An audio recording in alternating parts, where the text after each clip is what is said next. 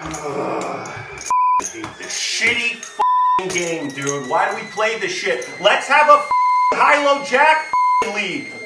And here we are, back at it again. 1-2 no limit hold'em at my house, playing some really big pots with some really big names.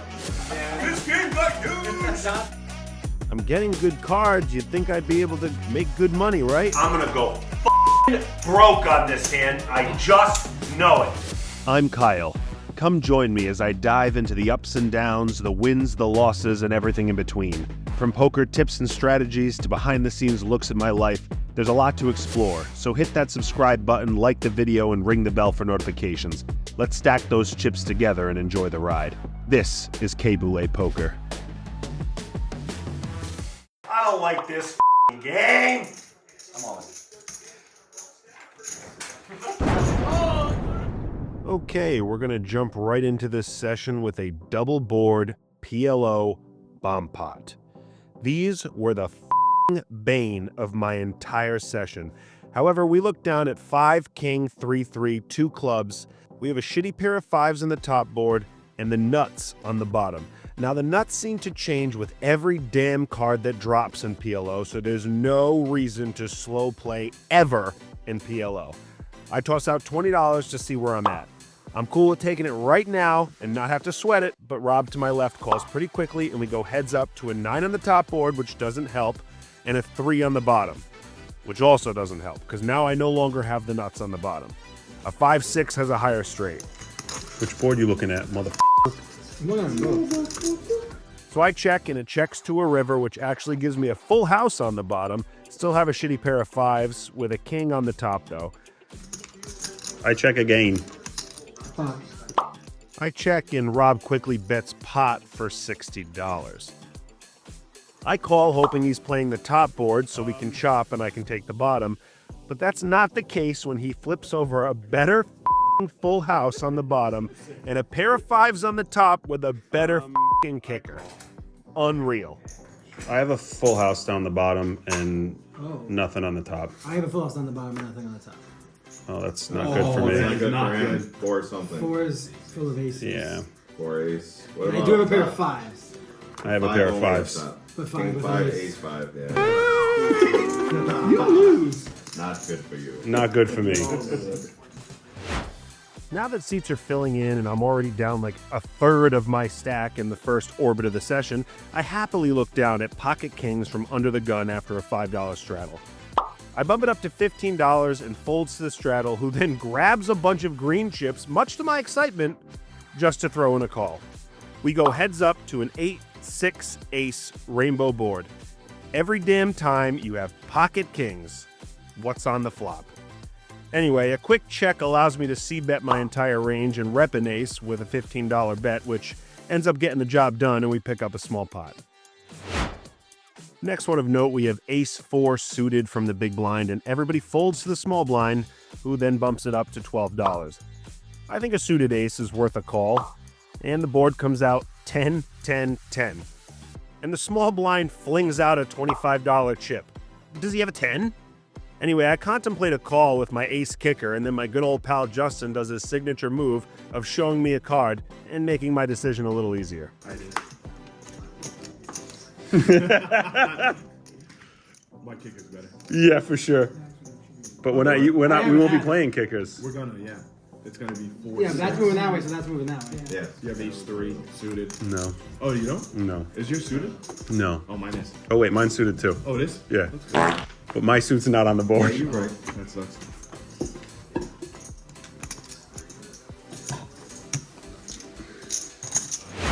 Straddle. Yeah, I'm gonna do double straddle now. Double. Love that. the triple straddle? Yeah. Triple. I'm not gonna read it. This game got huge! After bleeding and not catching flops for a few, our stack has definitely dwindled, but that doesn't stop us from electing to double straddle to $10. Rob said he wanted to triple straddle, but then chickened out and folded immediately. JQ Poker raises to $25 on the button, and looking down at King-Queen suited and having only about $80 behind, there's only one appropriate option. And I'm glad I kept a chill-ass poker face. Jeez. I'm not gonna believe this. That's what it's supposed to play. Flower it. I have 8 high, dude. I can't call. I love that raise then. 80, I'll either love this or hate That's a this. little bit out of my price. He's range, gonna I gotta fuck. say. Oh, that I would have called with that. 85. Yeah. It's stupid. A few orbits later and just about a full table, we raise from under the gun with ace-queen off and get 3-bet from Matt and the low jack for $27. Again, being so short, there's only one appropriate thing to do. Matt snaps it off and says he has pocket tens.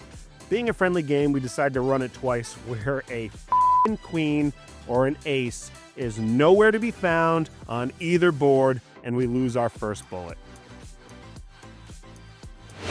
Playing a little bit more cautiously now, I decide not to straddle and figures because we have pocket tens from under the gun. I throw $10 out hoping for a 3-bet, which doesn't come. But I get 2 callers and we go 3 ways to a king, 10, 3 rainbow board. Beautiful. Flop to set. Big blind checks, and I check for deception, but also because I'm out of position, and honestly, I expect Rob to stab at this pot almost always. Which he does. Love to see it. $15 from Rob gets rid of the big blind, and I just smooth call, not being concerned with too much on that board. A 4 of diamonds hits the turn, and I already know how this is going to go. I'm going to check, Rob's going to stab again, I'm going to re-raise the turn for hand protection now that a flush and a straight draw could complete on the river, and Rob is going to fold. Which, hey, it's exactly what happens. I played that in my head like the Equalizer or Sherlock Holmes does before he f***s people up. The Robert Downey Jr. version, though, not the Benedict Cumberbatch version. You may think that's making the minimum, but I actually feel like I made the max off Rob's garbage hand. Oh, you know what time it is. It's time for making the minimum. Wait, where's our contestant? I'm sorry? He's eating lo mein from the sidelines? How unprofessional. K10 Poker makes a blind call for the $5 straddle from the small blind, along with 4 others. So much for playing cautiously, am I right? The board comes out king, 6, deuce, rainbow, and the under the gun bets $10. He gets a call from the cutoff, and Kyle is still completely blind. Get over here, you big goof, and look at those cards. Ooh, not bad. Top pair and a good kicker. He makes the call. We lose the big blind and go 3 ways to a board pairing deuce on the turn. K checks to his aggressor, who keeps up the image with a bet of $40. Would the under-the-gun player stab on the flop if he had a deuce? Probably not. Kyle makes the call. This is looking to be a great win for K10 Poker, no? Haha! Did you forget what segment you're watching? We sure didn't. K checks in the dark, planning on calling most rivers against his pal. A 3rd deuce hits the board, which seals Kyle's fate. $75 from the aggressor and a snap call from our hero. What's this? The under-the-gun player was aggressive the whole time with a weaker king? Kyle would have scooped this whole pot if it wasn't for a matching full house on the river. Well, a chop isn't a loss, am I right? Enjoy your $10-ish win. 10, 20, 15, who cares? It's practically nothing. This was Making the Minimum. All right, guys, big pot alert on this next hand. We're on the button with Jack 10 offsuit, facing a few limps and then a $6 raise from the cutoff. I flat along with under the gun and middle position, but then Evan in the hijack does a strange move here and limp raises to $18. The initial $6 raiser gets out of the way, and I double flat along with under the gun in middle position, and we go 4 ways to a 7-9 queen board. Flopping an open ender in position definitely does not suck. Check to the aggressor and the hijack, who bets out for $60.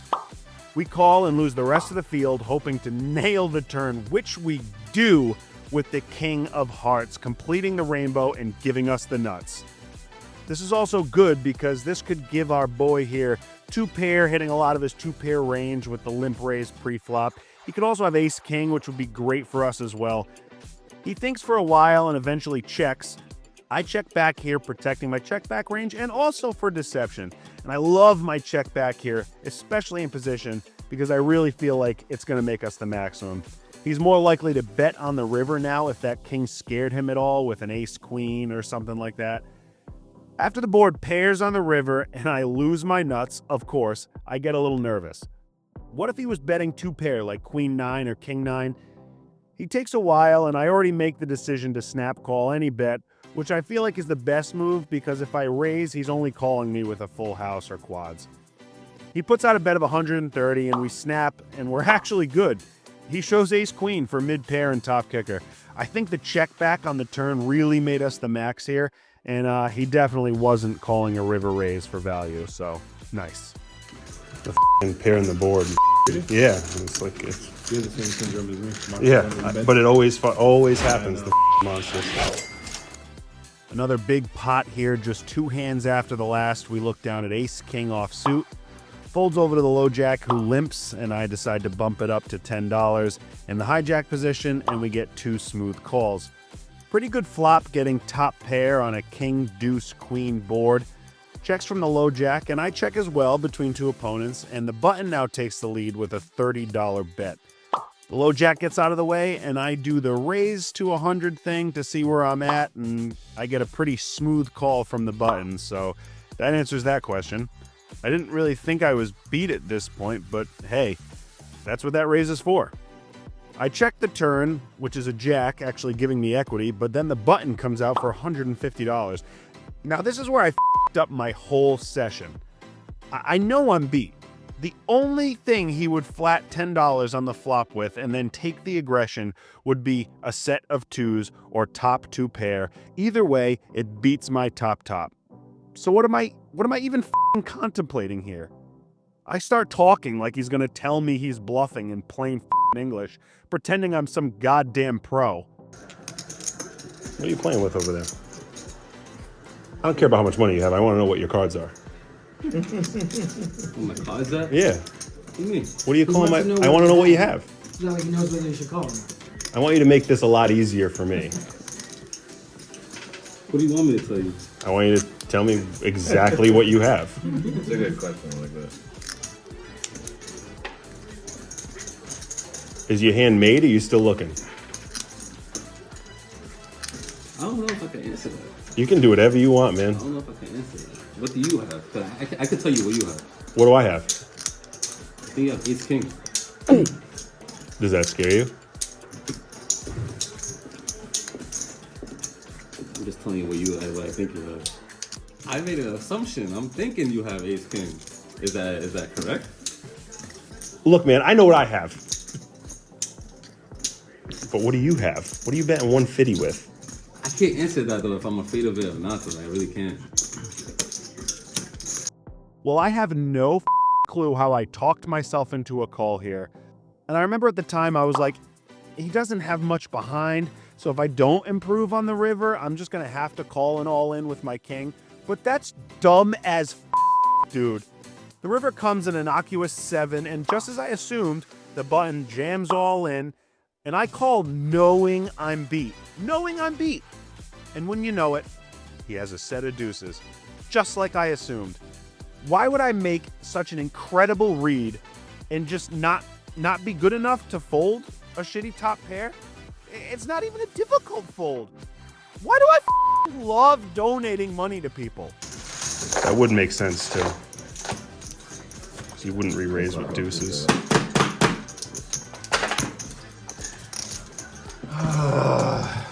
Hate this shitty game, dude. Why do we play this shit? Let's have a high-low jack league. I do make a little bit back here from the guy we just donated to. We limp from under the gun with Jack 8 of Diamonds, tilting a little for sure, and our enemy in middle position opens to $10. The big blind defends and I come along as well. The flop comes out pretty promising with ace 10 4 2 diamonds. Checks to our enemy and he stabs out for $15. Folds from the big blind and we re-raise to $50, which he chuckles at and then calls. Before the turn even hits the felt, we shove all in and get snapped. The turn doesn't give us our flush and he says he has a 10.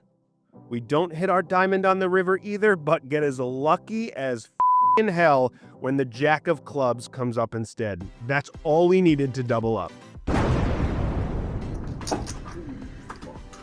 I'm gonna go broke on this hand. I know it. Just check. God damn it. I'm still processing.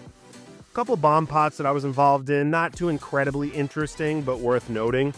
We chopped a decent pot, making the nuts straight on the top board and our opponent having a flush on the bottom. Chopped the bets of a few other players there. I'm gonna go broke on this hand. I just know it. I actually don't go broke on this one, but quite the opposite. We scoop a single board, 5-card PLO, where the 5th card is face up. I know. These dealer's choice bomb pots get a little ridiculous sometimes, but remind me to tell you about the time Rob chose to play Deuces Wild Hold'em for him to forget players could have 2s in their whole cards and cost him a shit ton of money, but that's a story for another time. We actually flop top set with a flush draw that ends up hitting on the turn. Diamonds have been hitting this whole session pretty consistently, so we scoop this one with the nut flush. Moving right along, we look down at the best hand in poker from the best seat at the table. Few limps over to JQ in middle position, who bumps it up to 15, and we're going to 3-bet this all day long. I'm not a, oh, let's limp or smooth call with aces, because that's how you get or paid, but mostly we make it $45. Folds over to JQ, who also folds, and then back over to Evan in the hijack, who flatted the 15 and is now flatting the 45. Kind of caps his range with that double flat, and we go heads up to Jack, 8, 6, 2 diamonds.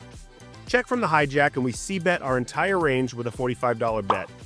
He tanks for a bit and then puts in the call, trying to get in my head because he knows I've been tilty and I've been catching the shit end of a lot of sticks. What do you have now? You know what I have. I don't like this fucking game. Oh, the glasses! But the 5 of diamond hits the turn and Evan snaps all in. The way he tanked at the flop definitely tells the story of him hitting the diamond and seeing if it was worth it to see a turn, which obviously it would be for him now. I do have the ace of diamonds, but does that really even mean anything? Are blockers even a thing? I honestly may have folded if he had more behind, but it then comes to my attention he only had $65 behind, so after realizing that, we snap call. We run it twice and he doesn't improve on either run out, and we scoop this one, which is great. He does joke and say flush before flipping over his cards, which almost makes me throw up.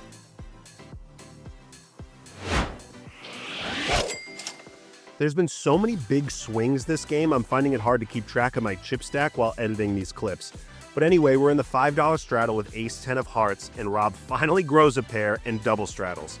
Now JQ in the cutoff takes this opportunity to squeeze for some of that straddle money and make it $30 to play. Evan calls in the small blind, and I just smooth call here, which I'm not too proud of.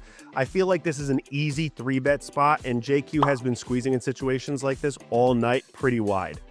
Rob defends, and the hijack calls the $20 more, and we go 4 ways to a flop of 5, 4, queen, 2 hearts. Small blind checks, I check, and big surprise, Rob stabs out for $35. Hijack folds, and JQ looks down at his stack, looks at Rob, looks at his cards, and then pushes a $95 stack into the middle. Small blind quickly folds, and I decide to shove all in with my nut flush draw and an overcard. Yes, it was an aggressive move, but what does JQ have here? A queen? 3 queens at most? And if that's the case, we pray for a heart. If he has just a pair, we have a lot of fold equity here and might just take this without seeing another card. Rob to my left looks sick. You made it harder. Watermelon ice. You should not be aroused at this Developed, table. so excited. He tanks and makes the fold, and now JQ looks even more sick. He goes back and forth, calling, folding, calling, folding. He's definitely ahead at this point because obviously we only have a draw, and he wouldn't be tanking with nothing. In real time, he takes 2.5 minutes to eventually put in the call. King, queen off for top pair.